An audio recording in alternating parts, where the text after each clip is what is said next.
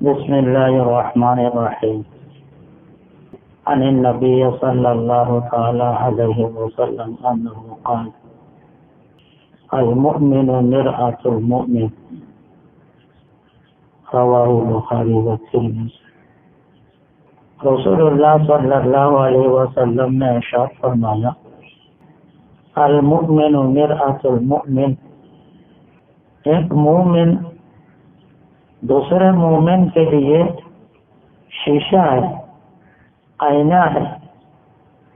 یہ کیا بات ہے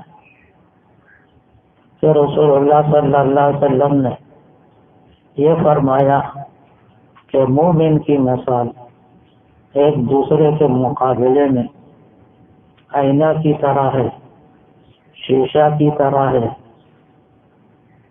یہ کیوں فرمایا؟ اس کا کیا مطلب؟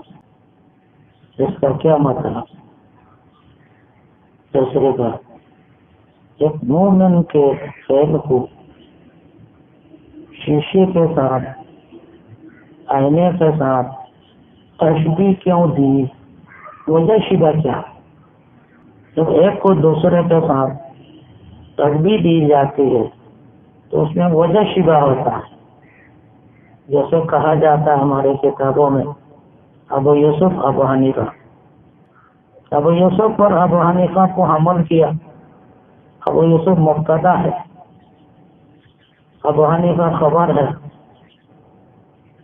ایک کو دوسرے پر حمل کیا تو اس میں اشکال ہوتا ہے، حمل الذات علی الذات، یہ تو نادرست ہے. تو کہہ دیتے ہیں کہ بھائی یہ در حقیقت مبتدا خبر تو ہے، لیکن حقیقت میں یہ تشبیہ دینا مقصد، تشبیہ دیا ہے ایک کو دوسرے کے ساتھ. اور یہاں پر حرف تشبیہ معذوف ہے، وجہ شبہ بھی معذوف ہے.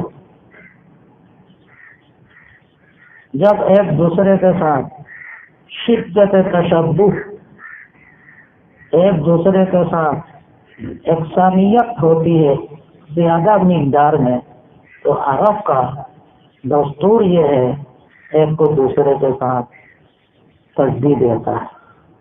جیسے کہا جاتا ہے زید اسد، زید اسد ہے، شہر ہے، بیدیا ہے.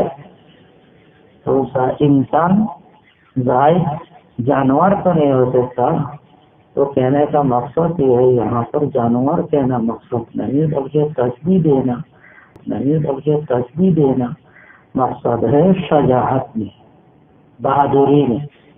زید اسد کے معنی یہ ہے زید کی شجاعت کا اسدی، زید بہادری میں اسد کی طرح ہے. تو اسی طرح ابو یوسف ابو حنیفہ، ان بڑے ان بزرگوں کو ایک دوسرے پر عمل کیا جاتا ہے. یہاں بھی تشبیہ مقصد ہے، وجہ شبہ بھی ہے اس کے اندر، اور حرف تشبیہ بھی ہے اس کے اندر. وہ محذوف ہے مبالغہ کے طور پر. تشبیہ میں جب مبالغہ مقصد ہوتا ہے تو پھر یہ دونوں کو، حرف تشبیہ کو، وجہ شبہ کو ختم کر کے ایک کو دوسرے پر حمل کر دیتے ہیں. زید کا فقہ ہے ابو حنیفہ. ابو یوسف کا جو فقہ ہے، ابو یوسف کا جو تفقہ ہے، وہ ابو حنیفہ رحمۃ اللہ علیہ کے فقہ کی طرح ہے. ان کے تفقہ میں، ان کے تفقہ میں بہت شدت کے ساتھ مناسبت ہے. معمولی مناسبت نہیں، بہت زیادہ مناسبت کو مبالغہ کے طور پر بتانے کے لیے ایک کو دوسرے پر حمل کر دیا.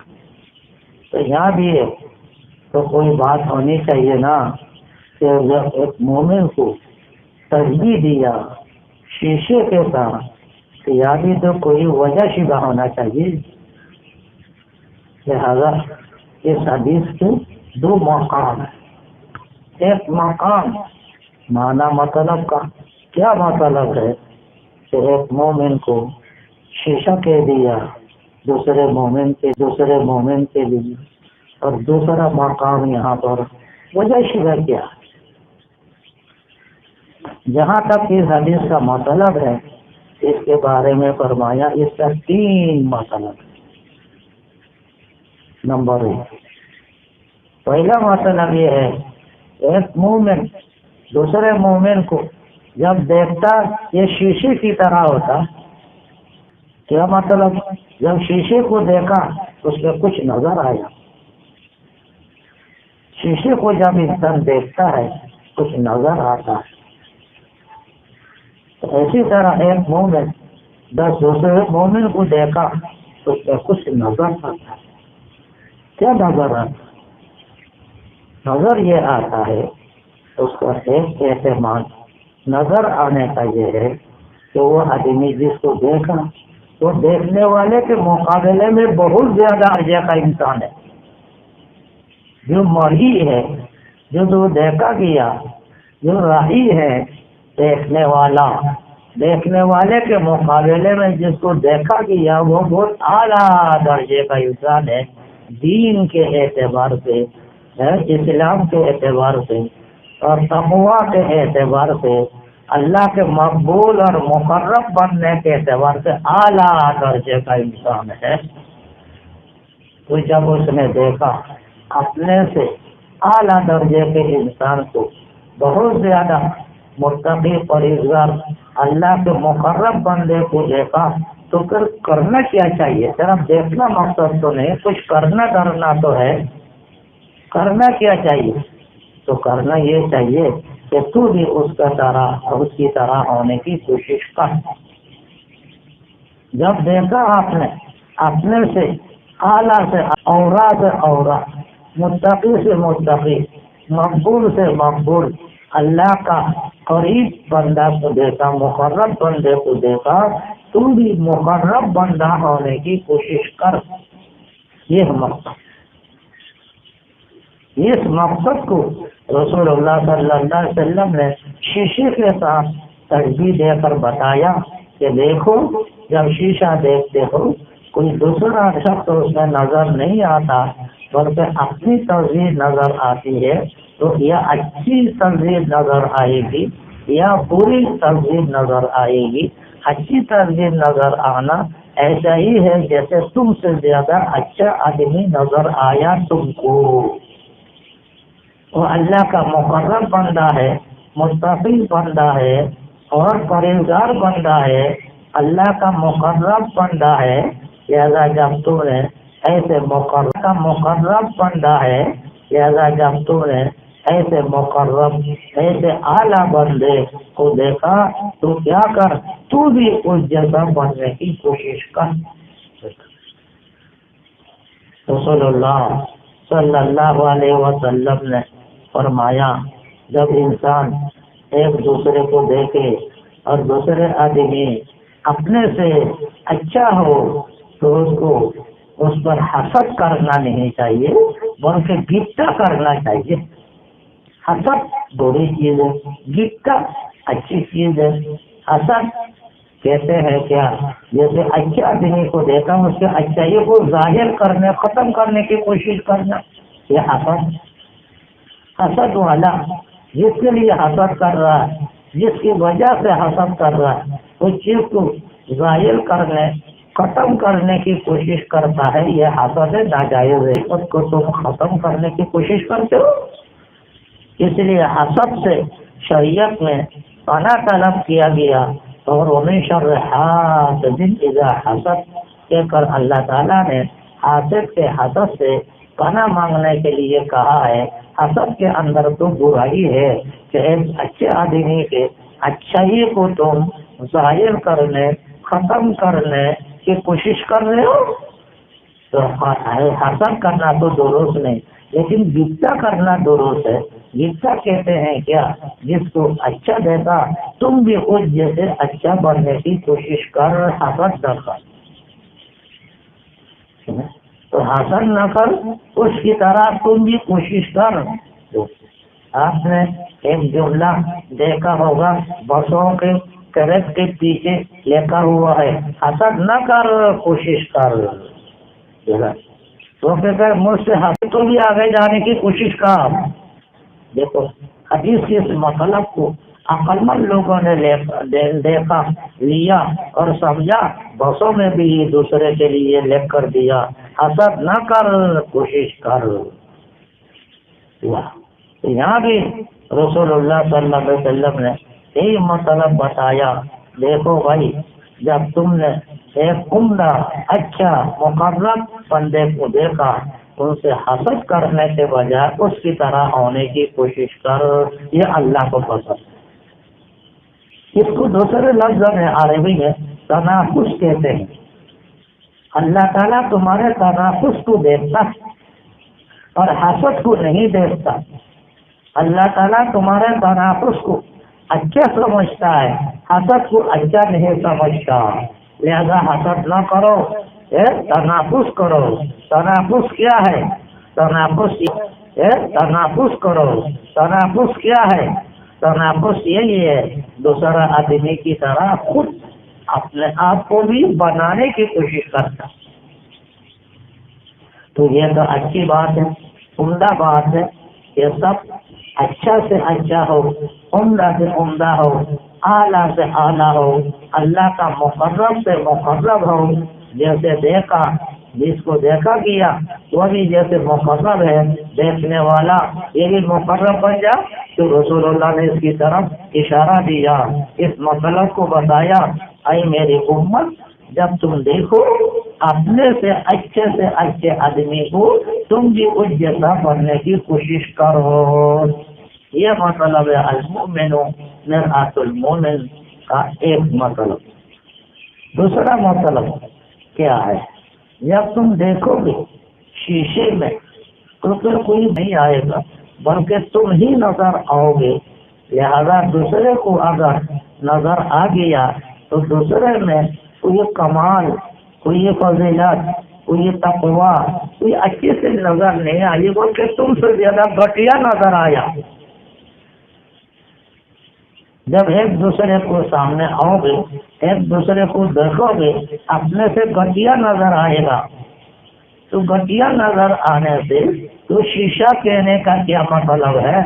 مطلب یہ ہے جب دوسرے آدمی کو گھٹیا دیکھا, دوسرے آدمی کو بری حالت میں دیکھا, دوسرے آدمی کو کمتر دیکھا, تو دوسرے کے کمتر گھٹیا بری صفت کو دیکھنے کے بجائے اپنے اندر دیکھو, میں بھی کہیں گھٹیا تو نہیں ہوں, میں بھی قصوروار تو نہیں ہوں, میں بھی گناہگار تو نہیں ہوں.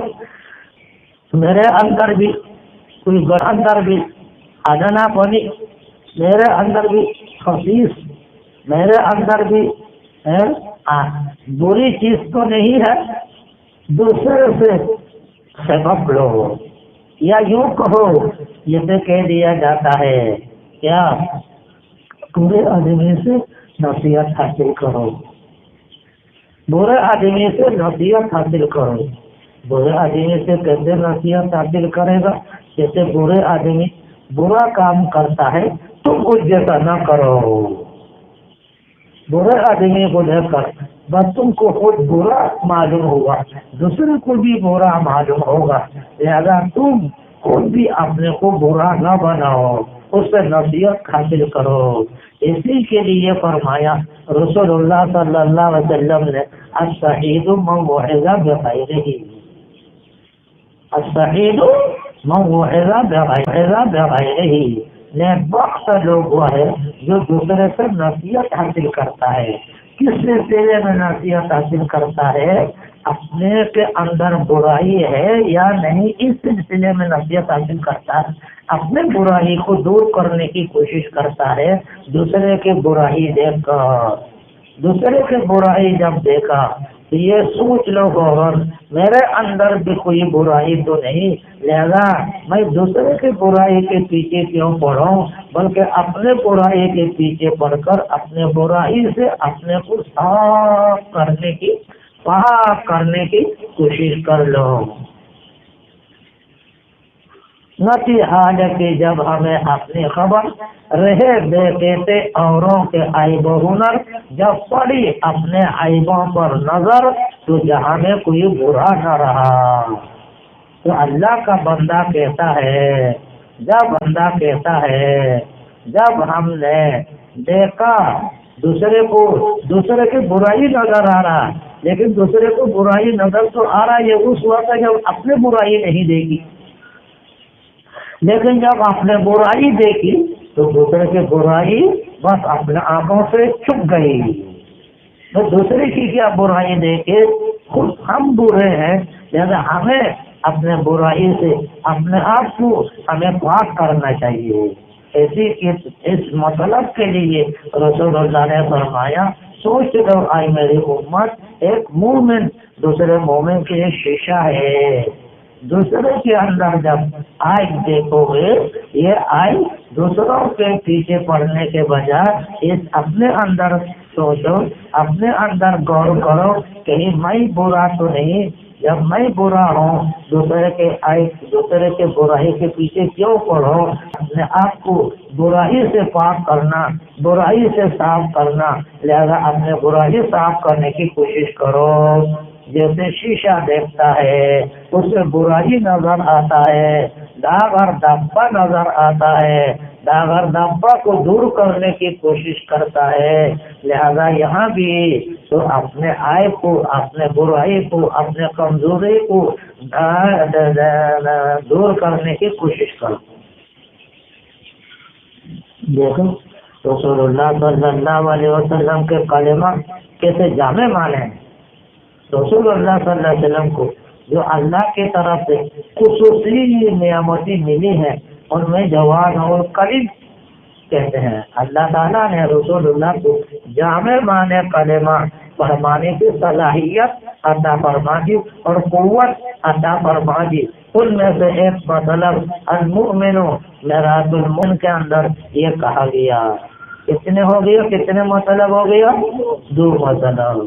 تیسرا مطلب المؤمن میراث المومن کا تیسرا مطلب یہ ہے، دیکھو جب شیشہ انسان دیکھتا ہے تو شیشہ جو ہے دیکھنے والے کو بتاتا ہے نرمی سے، کیا بتاتا ہے اندر سے، کیا بتاتا ہے چپکے سے، تمہارے چہرے میں داغ اور دھبا ہے، شیشے نے بتا دیا تمہارے منہ میں، تمہارے چہرے میں، تمہارے جسم میں بنا جگہ پر داغ اور دھبا ہے، یہ بتا دیا۔ اور بتایا کیسے؟ چپکے سے بتایا، دوسرے کو پتہ نہیں چلا۔ لہذا المؤمن میراث المومن کا مطلب بھی یہی ہے، المؤمن میراث المومن کا مطلب بھی یہی ہے، ایک مومن دوسرے کے مومن کے سامنے جب آ جائے اور دوسرے کے اندر داغ اور دھبا دیکھے، داغ اور دھبا کو دور کرنے کے لیے چپکے سے کہو اس کو، تاکہ دوسرے آدمی نہ سنے، صرف سنے تو یہی سنے، یہ سن کر تاکہ وہ اپنے داغ اور دھبا کو دور کر دے، جیسے عام دستور ہے۔ جب ایک انسان دوسرے کو کہہ دیتا ہے بھائی دیکھو آپ کے چہرے میں فلاں تنکا پڑا ہوا ہے، یا آپ کے ناک سے پانی بہ رہا ہے، یا دوسرے آپ کے منہ سے بدبو آ رہی ہے، خیر کے ساتھ جب کہہ دیتا ہے تو دوسرے آدمی جو کوئی چپکے سے کہہ دیا تو اس کو اپنے لیے نصیحت سمجھ کر اس برائی کو اور داغ اور دھبا کی کوشش کرتا ہے۔ لہذا رسول اللہ صلی اللہ علیہ وسلم نے تیسرے معنی مطلب کے اعتبار سے کہہ دیا المؤمن مرآۃ المومن، ایک مومن دوسرے کے لیے شیشہ ہے، شیشہ جیسے چپکے سے عیب کو بتاتا ہے، لہذا ایک مومن دوسرے مومن کے خیر کے ساتھ چپکے سے اس کے برائی کو بتاتا ہے، بھائی برائی ہے تیرے اندر، یہ بات اس کو ظاہر کرو۔ کتنے مطلب ہو گیا؟ 3 مطلب۔ اللہ تعالیٰ قبول فرما لے۔ اب آئیے وجہ شگار، یہاں پر جو تجبیہ دیا ایک مومن کو دوسرے شیشے کے ساتھ وجہ شبہ کیا ہے؟ ابھی جیسے شروع میں بتایا تجبیہ کے اندر وجہ شبہ ہوتا ہے زید اسد، جب کہہ دیا وجہ شبہ شجاعت ہے، بہادری میں زید اسد کی طرح ہے، یہ مطلب ابو یوسف تفقع میں ابو حنیفہ کی طرح ہے، اس لیے ابو یوسف ابو حنیفہ کہہ دیا جاتا، اس لیے زید اسد کہہ دیا جاتا۔ اس کے اندر وجہ شبہ ہے جس کی وجہ سے ایک دوسرے کو تشبیہ دی۔ تفقع میں ابو حنیفہ کو کے تفقع میں تفقع ابو یوسف کو تشبیہ دیا، تفقع ابو یوسف میں تفقع ابو حنیفہ کو تشبیہ دیا، جیسے زید کے اسد میں بہادری میں زید کو تشبیہ دیا۔ تو یہاں پر وجہ شبہ کیا؟ وجہ شبہ کے بارے میں بھی اکابر نے مختلف توجیہ مختلف اقوال بتائی۔ نمبر 1 وہ یہ ہے جیسے ابھی بتایا، کیا بتانے والا جب دیکھے دوسرے کے اندر کوئی آئے، بتانے والا جب دیکھے دوسرے کے اندر کوئی آئے تو نرمی سے شفقت سے، نرمی اور شفقت اور محبت سے کہہ دے بھائی تمہارے اندر یہ داغ اور دبا ہے۔ جیسے شیشہ انسان کو بتاتا ہے نرمی سے، محبت سے، شفقت سے، سختی سے نہیں بتاتا۔ جب ایک انسان دوسرے کو دیکھے اور دوسرے کے اندر کوئی داغ اور دبا ہے تو شفقت سے، محبت سے، نرمی سے اس کو بتائے تاکہ دوسرے کو ناگواری نہ ہو۔ جیسے شیشہ عیب کو بتاتا ہے، عیب کو دکھاتا ہے، کسی کو ناگواری نہیں ہوتی، بلکہ جلدی سے وہ دیکھے ہوئے عیب کو دور کرنے کی کوشش کرتا ہے۔ لہذا ایک مومن بھی دوسرے مومن سے کہہ دے بھائی تمہارے اندر یہ عیب ہے، دوسرے تمہارے اندر یہ خرابی ہے، تو شفقت سے کہے، نرمی سے کہے، محبت سے کہے تاکہ دوسرے کو ناگواری نہ ہو، ناگواری نہ ہو، ناگواری نہ ہو۔ یہ ناگواری نہ ہونے کے اعتبار سے وجہ شبہ ہے۔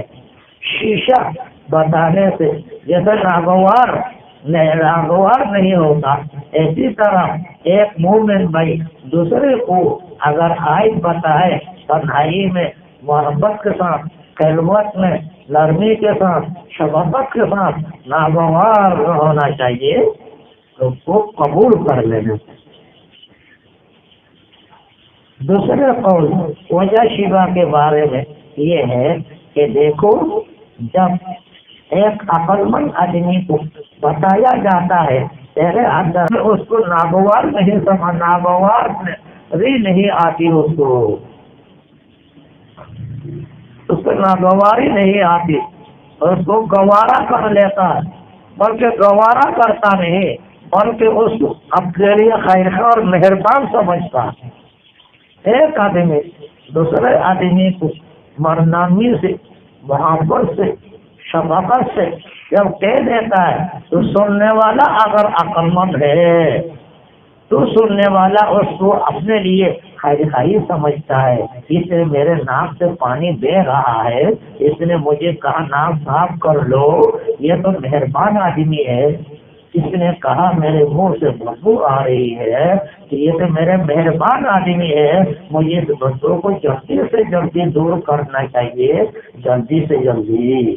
تو یہاں بھی یہ سمجھنا چاہیے ایک آدمی دوسرے کو جب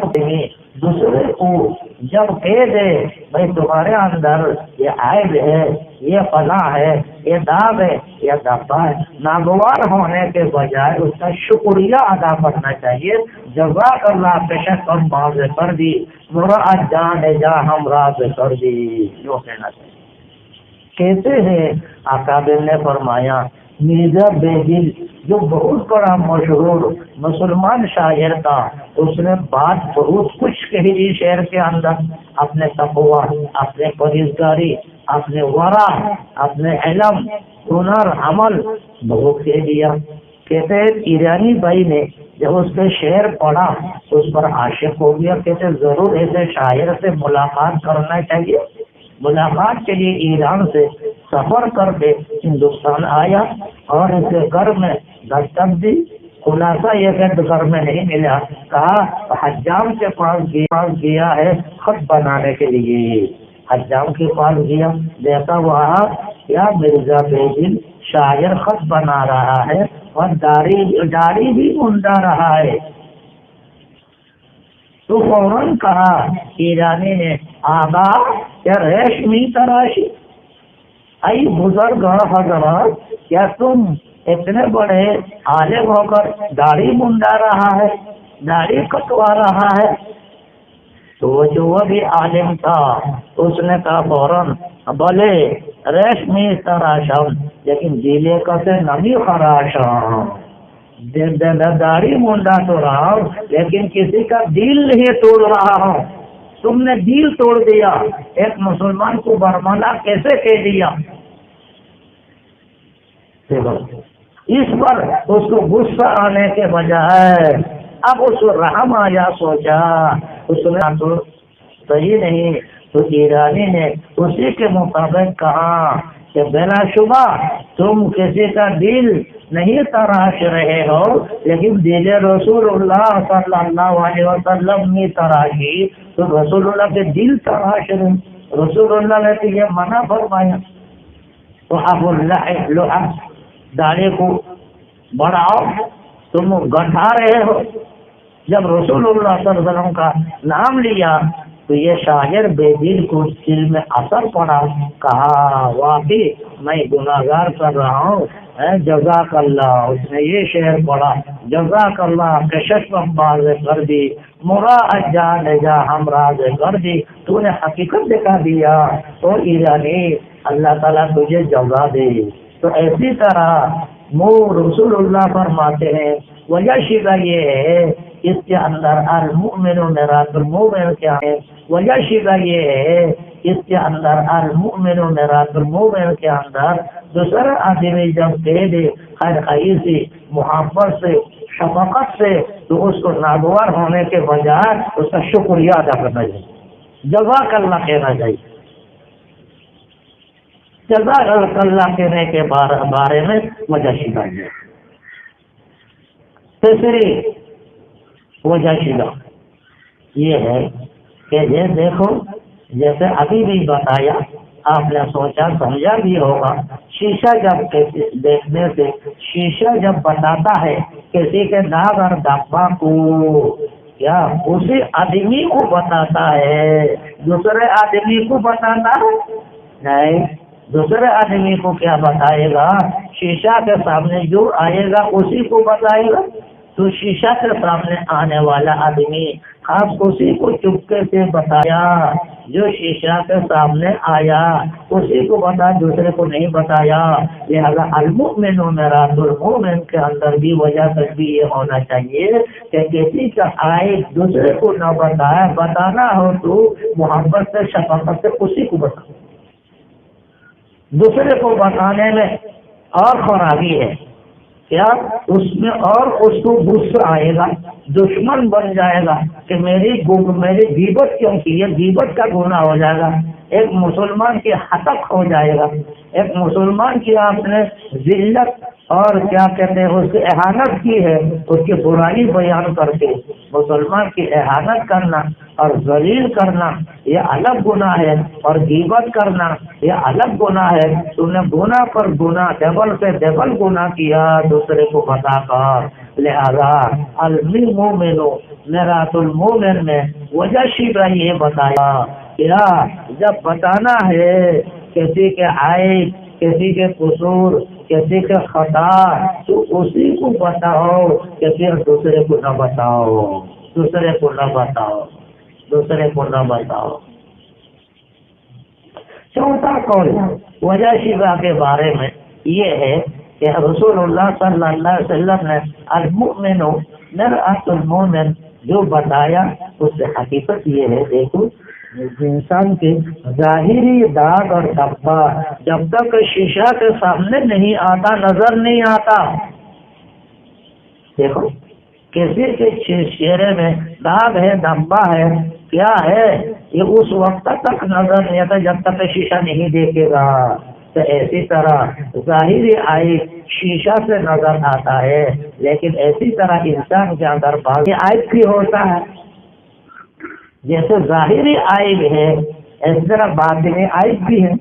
جیسے ظاہری گناہ ہے باطنی گناہ بھی ہے.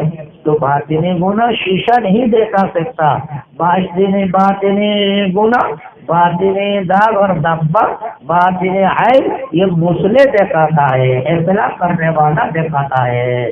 لہذا جب اصلاح سے مسئلے کے بیان سے پتہ چلتا ہے انسان کے داغ اور دھبا، لہذا آپس کے مشورے سے، آپس کے گفتگو سے اصلاحی تعلق قائم کرنا بھی ضروری ہے. سمجھا؟ چوتھے نمبر پر وجہ شدہ یہ ہے اصلاحی تعلق قائم کرنا ضروری ہے. کیوں؟ اس لیے کہ ظاہری داغ اور دھبا اگرچہ شیشے سے نظر آتا، باطنی داغ اور دھبا نظر نہیں آتا. باطنی داغ اور دھبا نظر نہیں آتا. باطنی داغ اور دھبا تو ایک مسئلے کو نظر آتا ہے. لہذا اصلاحی کا معاملہ آپس کے مشورے سے، آپس سے صلح سے، آپس کے گفتگو سے اصلاحی تعلق قائم کرنا بھی ضروری ہے. اس کی طرف رسول اللہ صلی اللہ علیہ وسلم نے اشارہ دیا، المؤمنون مرآۃ المؤمن فرما کر. کتنا ہو گیا؟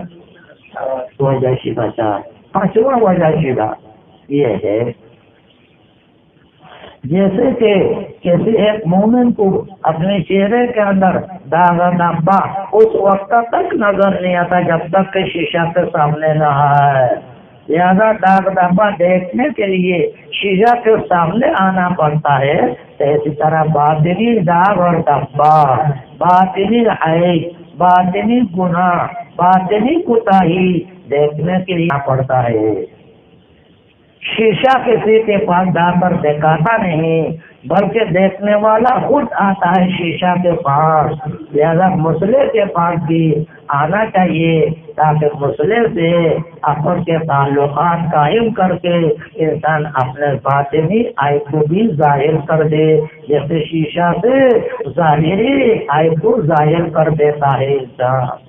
ایسی وجہ سے حضرت عمر رضی اللہ تعالی عنہ کی دعا ہے، دعاؤں میں سے رحم اللہ ابراہیم، اللہ تعالی رحم فرمائے اس اللہ کے بندے پر دلنی جس نے مجھے بتا دیا بے عیوب نفسی، میرے نفس کے عیوب جس اللہ کے بندے نے مجھے دکھا دیا، اللہ اس رحم کو خیر برکت عطا فرمائے، اس کی مغفرت فرمائے، اس پر رحم فرمائے.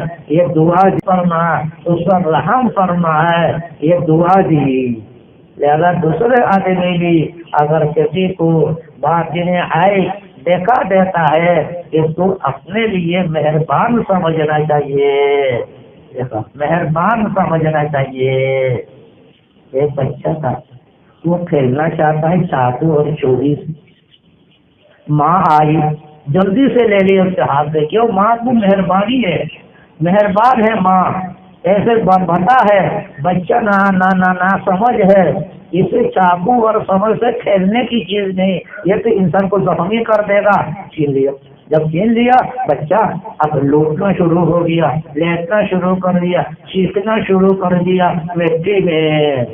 تو ماں کہتی ہے چھینا ہوں چاقو تجھ سے، چھینا ہوں میں، چلاتا ہے تو چاقو تجھ سے، چھینا ہوں میں، چلاتا ہے تو، مہربان ہو میں، نا مہربان سمجھا ہے تو، مہربان ہو میں، نا مہربان سمجھا ہے تو. یہ تو ایسی طرح سمجھ لو ایک آدمی آ کر کسی کو خیرخواہی کے طور پر باطنی عیب، باطنی داغ اور دھبا بتا دے تو اس کو بھی یہ مہربان سمجھنا چاہیے ماں کی طرح، اگر جو اس بچے کو سمجھ میں نہیں آ رہا. اللہ تعالیٰ اس کے مطابق عمل درآمد کرنے کی ہم سب کو توفیق عطا فرمائے۔